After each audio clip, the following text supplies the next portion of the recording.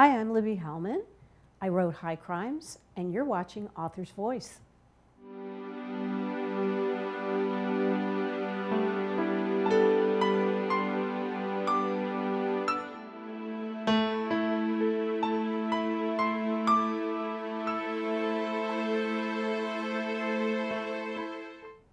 Hi everyone, and welcome to Author's Voice, where we connect authors to the world. This is Solved. I am Sonali Dev, and I usually host another show here called Lit with Love, but this is Solved, so you've tuned into the right place. And the reason I'm hosting today is because your wonderful host of Solved, Libby Fischer Hellmann, is our guest today. So hi, Libby. Hi, Sonali. It's kind of weird to be on the other side, you know. I'm like, okay, did you do that? Yeah, of course. It is, yeah. And feel free to kind of do both parts of this job.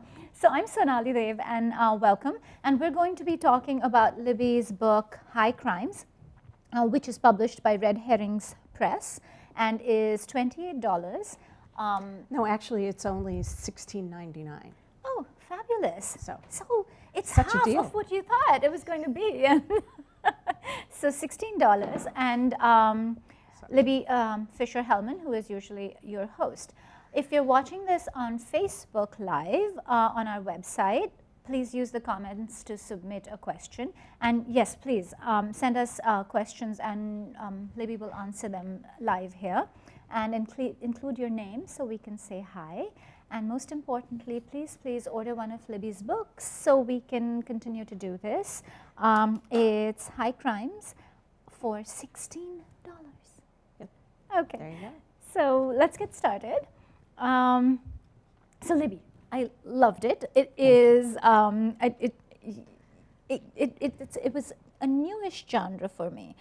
Having said that, it is very mainstream, and you know, and yeah, it's coming from you. I take that as a compliment because I don't normally read much out of my genre, and I'm glad that you took a leap and decided that you liked it. I do read outside. There's we were talking about, you know, being gratuitously genre specific, and this is actually a very special book, and I'm going to let you explain what I mean by that to our viewers. It's very personal, and it is really a political statement, but a political crime drama. So you want to tell our viewers a little bit about it? Well, the backstory is that I took the election pretty hard, the 2016 election, and I basically went into a state of semi-paralysis where I couldn't do anything. I couldn't write. I couldn't really read much. All I could do was hang out on Facebook and Twitter and tell everybody the way I was feeling, and I would start following people who said they knew people in the intelligence community who were already on the job and not to worry. And I was basically in chaos for a long time. I probably lost a lot of friends who just really couldn't put up with it because I really couldn't talk about much else for months and months and months. I did outline 2 different novels during that fallow period.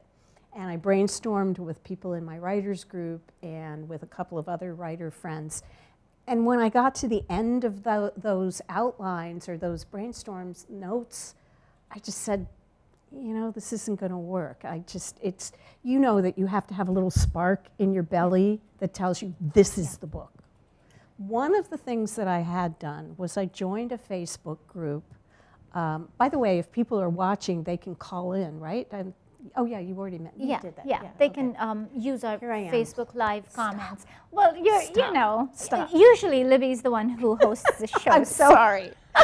Anyway, go on. So I joined a Facebook group that had just been founded that was named Investigation into Trump-Russia Potential Conspiracy. And it was right after the election. And the founder was a woman named Susie Fisher, who spells her name the way I spell mine. So after a while, we started, messaging each other. Are we long lost cousins or something like that? But we weren't. But she is a highly articulate person and was as involved in the situation as I was. And so we struck up kind of a conversation. And so about a year later, so already it's been a year of me really being non-productive. I was reading the posts from that group one night, and I got wait a second, what if a founder of a Facebook group was killed? Who would have done it and why? And I said, wow, that the spark The came. spark lit, yeah. And the first thing I had to do was email her and say, do you mind if I write about you? You're going to be dead in the first chapter. And she didn't have a problem with it, so I said, well, I'm going to hold you to it. I did dedicate it to her, and she's very much alive, and she's very much still leading the group, of which I am still a member. And so I started to brainstorm that, and that became High Crimes. And once I started putting the pieces together, I knew that it was going to be in my series, because I have a very apolitical sleuth. She's a private investigator. She doesn't care. In fact, if anything, she leans toward the conservative side because she used to be a cop and she's very much law and order. But here she is, involved in what becomes the assassination of a woman who founded this Facebook group, and she has to put the pieces together. And the group, by the way, exploded like in 3 months in real life to 42,000 members. And so the tagline on the story is, how do you solve a murder when there are 42,000 suspects? Right. So Right. And that's it, basically. it turns out it's only 35,000, but we'll come back to Well, that. over the time, Yeah. people have dropped out, I think. Which is to be expected. No, but there's the whole part that we'll come back and discuss about bots and Facebook and data and all of that. Oh, yes. All right. Good. So now here's a book that is, in those terms, it's more personal than, this is the 5th book in this series. Mm-hmm. So it is a little more personal. It took a little bit more coming out of a dark time for you personally. So in terms of, between that and the fact that that first chapter has, as you're reading it, there's this wonderful sense of impending doom, right? It's like, something is going to happen. Yes. What is going to happen? And so in terms of your process for a book that was so personal, was the process very different from writing the other 5, other 4 that came before it? And do you start from like that first visual chapter and go, like, what is your process? Good question. It changes from book to book. This actually, once I had the pieces in place and the characters, and I knew the characters that I was going to introduce, it went pretty smoothly. It pretty much, some of the books that I write, I don't know who the perpetrator is, or the perpetrator changes. I wrote a book about the revolution in Iran, and I kept falling in love with all the characters that I had decided were going to be the person who committed the crime. And I found something noble in all of them, and so I couldn't make them the perpetrator. And I got to the end of the book, and I'm like, oh no, who did it? And I didn't know. But this one was pretty straightforward, and it didn't change, and I knew who had done it, and I knew why from the very beginning. Okay. So and even though people are calling it a political story, I wanted it to be a really good mystery too. I wanted Georgia to have to really dig for some answers and to find answers in unusual places. And so one woman who read an early copy of it is very conservative and didn't agree with my politics at all, but she said, you know what, it's a really darn good mystery anyway. So I said, that's the best I can do. Yeah. That's great. So. And that's something I think even with politics that kind of we're missing, where people are saying we don't agree, but right. but you're not completely all awful. Right. And both sides do it. We're like, Right, you're and- just evil. And I do want to make a point that no one is a hero in this book. Everybody, no matter what side they're on, is flawed and makes bad decisions and does bad things. Even the woman who was murdered in the first chapter is no angel. And so nobody gets off except for maybe Georgia, and we're still not sure about her. And that actually one of my questions was that when you're writing a thriller, you know, making it human, and one of the things I think you do really well is the details. Every single person who walks across that stage has, you know, has something dark going on, or is failing as a human in some way, and because of that they become more human. So humanizing the thriller is something that, you know, as somebody who's outside the genre also really enjoyed about it. It just goes back, and this is one of the rules of fiction that I know you know, that everyone has their own goal. Yes. And everyone needs to be prevented from getting that goal. Right. We're So awful. it's another name for it is conflict. Yes. You know, even if a character just wants a glass of water on a page, he or she can't get it because of whatever reason. So whenever I introduce a character, I do think about what is it that this character wants, and why is she not getting it, or why is he not getting it?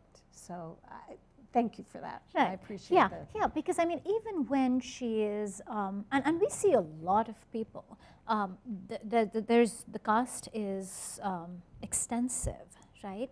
And so for every person she questions, for us to be right there, questioning their motives, that's pretty amazing. Yeah. And so tell me, with a series and with having such an extensive cast, how do you keep track of all of that? I don't have an outline, but I do take notes. Okay. Do you have a Bible, a series Bible we call No, it? Okay. I don't. But well, I suppose you could call it a Bible. I have two files, and one file is I call put-ins, and the other is go-backs. And so Wow, okay, tell us more. really technical terms, right? And the go back file is when I'm on page 152 and I realize I have to go back and put something in on page 62. Okay. I say I put down what it is that I need. And maybe it is what the character is searching for and can't get, or maybe it's a clue that I didn't know was going to be presented and I need to beef it up just a little bit. And then the put-ins are things that I need to make sure that I have in at specific places in the story. I guess at this point I've written 15 thrillers, mysteries. You know, I know the structure just like you know the structure of a romance, and so you know what to put in. I just kind of know when it's time to put in something new, you know, or to move it forward, or to let it stew for a little bit. You know, there's an intuitive sense that you get after a while. Yes. I will sometimes put in, like, let her be happy for a little bit longer. And Exactly. here, you know, the heartbreak has to deepen or something like that. Right. But It's exactly the conflict. You know, let's have a little pool of calm between the storms. right, so it ramps up. right. You know, So it's more gratifying when it actually all falls to shit. Yeah, it is. Yeah, and I was also thinking more in terms of when you envision a character, you know, who's making an entry onto that stage. At that point, are you consciously thinking about, A, is this going to be a person who aids the unfurling of this case, or are they going to thicken the plot? And B, is this a person I specifically want my reader to, you know, cast doubt on? Sometimes I don't know. Sometimes it's pretty clear that this person just has a task to accomplish, and once they accomplish their task, they're gone. Other times, I'm not quite sure, and I love to be surprised when I'm writing, as I'm, you know, maybe you do too. You know, you love it when a character that you thought was just going to accomplish a task turns out to still be showing up 15 chapters later, and you're saying, what are you still doing here? Yeah, and maybe teaching us something. Yeah. And that's the delightful part of writing. That's the magic of it, right? Yes. It's like, whoa, I did not see that coming. It's really, I think, our subconscious bubbling up Yes, and saying yes. something that we didn't know we wanted to say. Yes. And you said, I love that you said you're kind of not sure about Georgia yet, because I was going to talk a little bit about writing a heroine like that, writing a protagonist like that, who is, you know, so good at what she does and owns how good she is.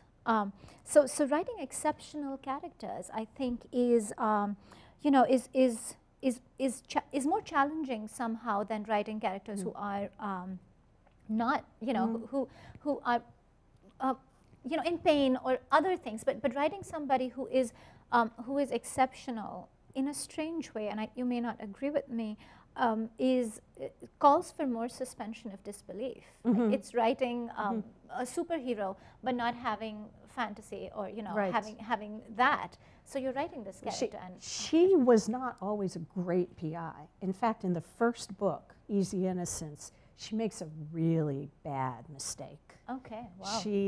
She goes to someone's house and impersonates someone from a school, the counselor from a school, and they find her out. And so it sets the whole case back. And she's made a real rookie mistake. And so she's learned from her mistakes. And she is a better PI now than she was, you know, 5 books ago.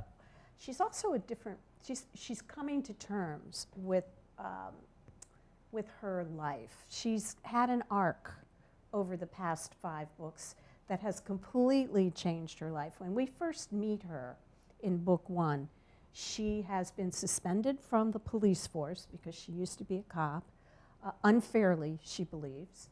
She has been dumped by her boyfriend, who picked up with another woman. Nice. And her mother, who had abandoned her when she was 12 years old and never contacted her since, that unmitigated fury and loneliness and a sense of abandonment is still very much part of her. I waited for 2.5 books before I gave her a new boyfriend, which doesn't mean she wasn't, you know, getting her needs satisfied, but she finally met a really nice guy in book 4, and she also in that book discovered that she had a half-sister that she did not know about, and that half-sister now has a baby and is living with Georgia at the beginning of the book.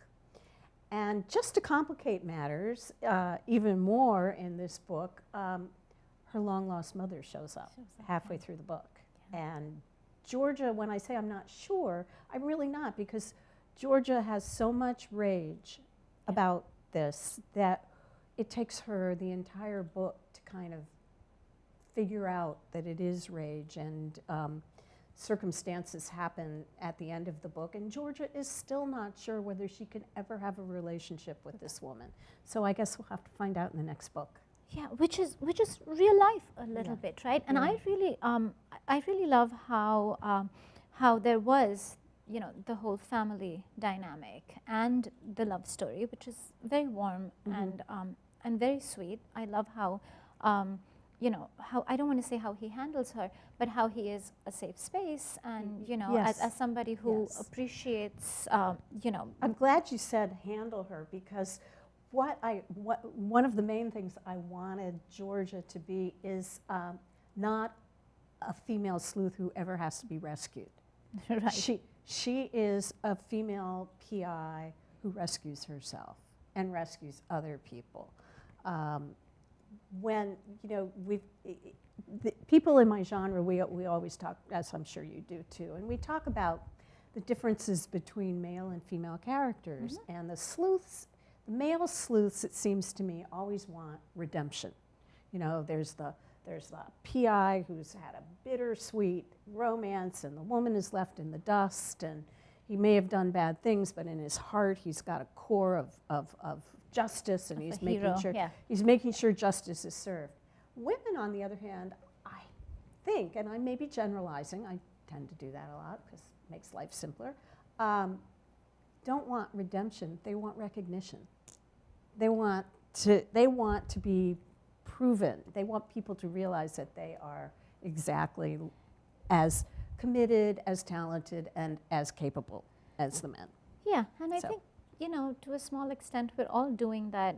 Isn't it time, or isn't it about Yeah. time kind Yeah. of thing? And so we're all walking that tightrope. So writing, writing an exceptional, heroic woman is comes with a lot of, because you have to be able to then say, but it's made her hard or tough in these ways, and to not kind of belabor that, which is, I think, what you do well with this in their relationship. And I did see, you know, the care you took in making, because he is also a cop, he is also a hero in the same ways that she gets to be a hero. And so for them not to cross lanes is was well, they are nice. geographically separate. She's in Chicago and he's in Lake Geneva, which is like 80 miles away. But I mean, it's not that far you away, know, but- they get together for other reasons. Oh, yes, they do. Yes, they definitely do. And thank heaven for that. Yeah. Because, it was because she needed to have her comfort Yes, where she she did. got it from. But and little, like, wonderful little details, like, are you a film buff? Is that how did you know? Because there's these lovely little film references all my over God. the place, and I do that too, and I love That's when so other funny. authors do it. I never was going to be a writer. Writing was not even plan B for me. I have a master's in film production. Oh wow! Okay. So I was going to be a filmmaker. I was going to be the Lena Wertmiller of the United States and dance off into the sunset with Ingmar Bergman, except that life had other plans. Well, it's never too late. For So, Ingmar it is, but for What it other- is for him, but right. So I ended up writing books instead of making films, but I think I brought two things with me that helped, and one was a sense of dialogue of the way people really speak, and the other was a kind of cinematic mind that I have to see a scene before I can write it. And I mean, I see it in long shot, and then we cut to the close-up, and then we have the pan into whatever the clue is, or, you know, whatever. So yeah, that's the way I see a scene. I just had to learn narrative. So, and then it's the part of the process that still eludes me. I still think I'm unequal to the task. So I read people like you, and you know, I'm envious of the ease with which you put words together. No, So you do it's tough really well, and I it's think tough for me.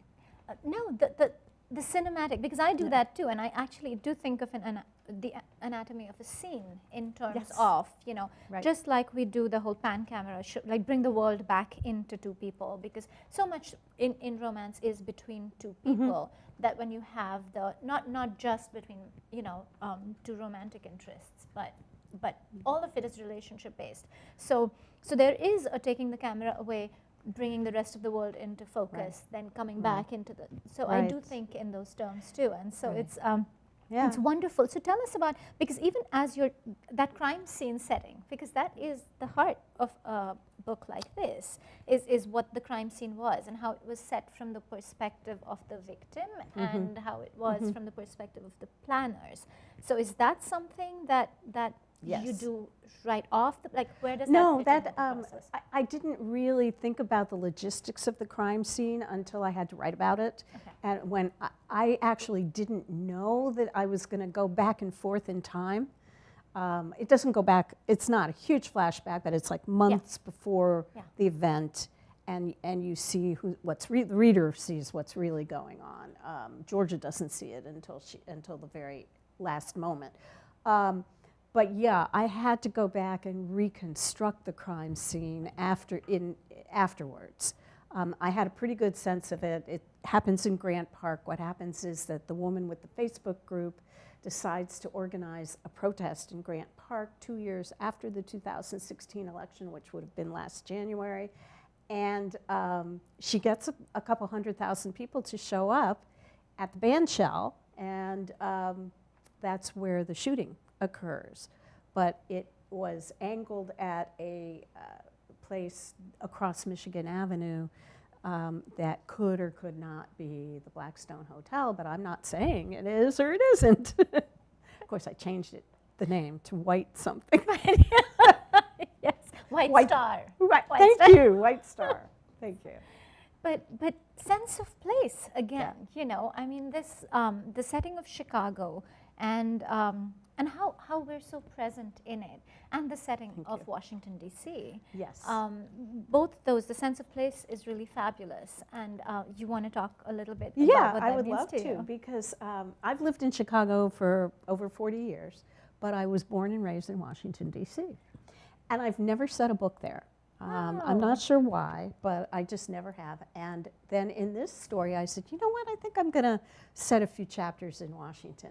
So one of the things I always tease my relatives who are still there about is the traffic. Not that Chicago has the best traffic in the world, but the Washington traffic is worse because I think it's just because people feel entitled to cut you off and to not use their blinkers and to just do all sorts of weird things that at least we have an order. There's a kind of order to our traffic, I think. There's not as much rage as there is in Washington with cars. Well, it is Washington, so in general. Yeah, in general. So that was one of the things I definitely wanted to write about. The other thing, there is a chase scene and in Washington, and I set it in my old neighborhood where I grew up. So only people who know where I grew up will recognize the neighborhood, but it's a neighborhood not far from the zoo, if you're looking, and not far from the Washington Cathedral. So it's kind of in that area.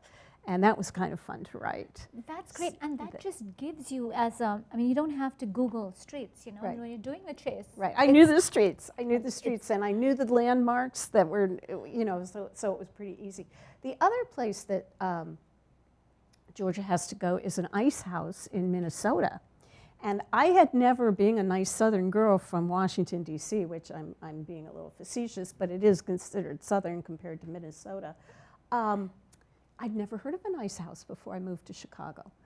I hadn't until I read this book either. So, So it was there you go. like, So ooh. people actually in Minnesota and Wisconsin and other upper Midwest states, they take these little shacks and they put them on the solidly frozen lakes and rivers, and they fish and they have fun and they drink beer and they do all sorts of things in the fun. winter. And their trucks, their pickups are parked right next to the ice house. And I'm like, whoa. So I actually went to I saw an ice house when I was in upper Minnesota, and I went in and I saw it and I looked, and it really did look kind of cozy. It was pretty amazing. And so I knew that I wanted to have Georgia in an ice house, and there's a scene, there's a couple of chapters late in the book where she gets information from someone who is in an ice house in Minnesota who was basically running away. That's, So. and I love in that scene how they're just, you know, casually talking and fishing Right. in the middle of their house at the same time. It's like, oh, he Right. pulls out whatever, you know, trout. And the other place I always wanted to put a scene is right here in Chicago, the Green Mill Lounge, which is very famous and it's been around forever. Al Capone used to hang out there because it's a great jazz place. Underneath the Green Mill Lounge are a series of tunnels. Did you know? Yes, you knew about the Yes. tunnels. Some people don't know, but there are tunnels underneath the Green Mill Lounge. You get through them through a trap door behind the bar. They are, I think, bricked up now or concreted up, so you can't really go anywhere. But in Capone's time, when he saw the cops coming or someone that he didn't want to see, he would go behind the bar, go down the steps, go into the tunnels, and reemerge on Lawrence Avenue, way far away from whoever the threat was to him. So I thought that was kind of cool. And there's so much of that little detailing, and Yeah. that's what I think the sense of place is, Yeah. because there's these little things, and like, oh, this is, it's fabulous Thank in you. both. And I also, I'm ashamed of myself because I didn't know why DC is really called the swamp, but I knew it and I had forgotten. weather. Right. It's Well, like- the it's weather like and Windy the City. politics, right, right. Right. The weather is, in the summer in Washington, it'll be 95 degrees and 95 degrees humidity, too. It's not fun. Yeah, I'm from Bombay, so it sounds like it fun sounds like- right now because it's 10 right. degrees outside Right. in Chicago. But we don't have too much time left, but I would be remiss if I didn't ask you about research, because there is there's all this stuff about Bitcoin and the dark web and of course fracking, and and the really scary aspect of data in Facebook. And so how much of that research was just... You know what? It wasn't as much as I thought I was going to have to do, because if you just pay attention to the news cycle of the past couple of years, you find a lot of it. But yes, I did do some research into data mining to find out who was doing it, and it was perfect. It was right around the time that they were talking about Cambridge Analytica, which was a data miner and stole a ton of information from Facebook. There was, I really enjoyed doing work about online situations. So I knew something about the dark web, but in order to know more, I found someone who knows a lot more than I do, who's an ethical hacker, who told me what I needed to know to send an anonymous email that then the account disappears and can never be found again. And strangely enough, I had to do some research into pipe bombs. And one of the reviewers, the book just came out, but one of the reviewers said, "What, did she have a time machine?" Because the book I was finished months before any of this happened. So. I mean, even with the shooting thing, I was thinking, the the angle of the book also is, came that's kind of like without, you have to do that as if you're a mystery writer. You have to get that right. Yeah. Or the cops or the people with rifles or guns will throw your book against the wall and say, that woman doesn't know what she's talking about. I hope I got it right. I think I got it right. Yeah, I keep trying to write like neurosurgeons and things like that, and I'm thinking, oh my gosh. I was actually at a party and I met a neurosurgeon this last week, and it was like, would you read my book? I have 3 months to correct stuff if it's not right. But what you just said kind of dovetails into my next question. Your Google history has got to be really fun. Yeah, I'm waiting. I'm waiting for the knock on the door. Yes, What's been some of the crazy stuff you've Googled? Oh, yeah. How to make a pipe bomb. How to make a pipe bomb. In books in the past, how to nuclear suitcase bomb, how to do that, how to do a radiation bomb, you can, arson. And you got results. Yeah, everything's on Google. Enough to make make it plausible. Enough to make it plausible. If I don't have enough, and I know when I have enough and I don't have enough, just like I'll find someone to talk to. And I did actually for the suitcase bombs. I did have to. I find experts all over. I mean, it's I love doing the research. The research is the most fun because I can get lost in it, and I can end up. And sometimes research really does drive the plot. Yes. I won't go into it now because I know we don't have a lot of time, but in one of my books I was doing research about an earthquake in Armenia, and that in itself led me to the backstory of the woman who was killed in the first chapter in that book. So it's amazing how that works out. Yeah. I love it. Yeah. So speaking of Armenia, we were talking a little bit before about this, but tell the viewers what's coming next.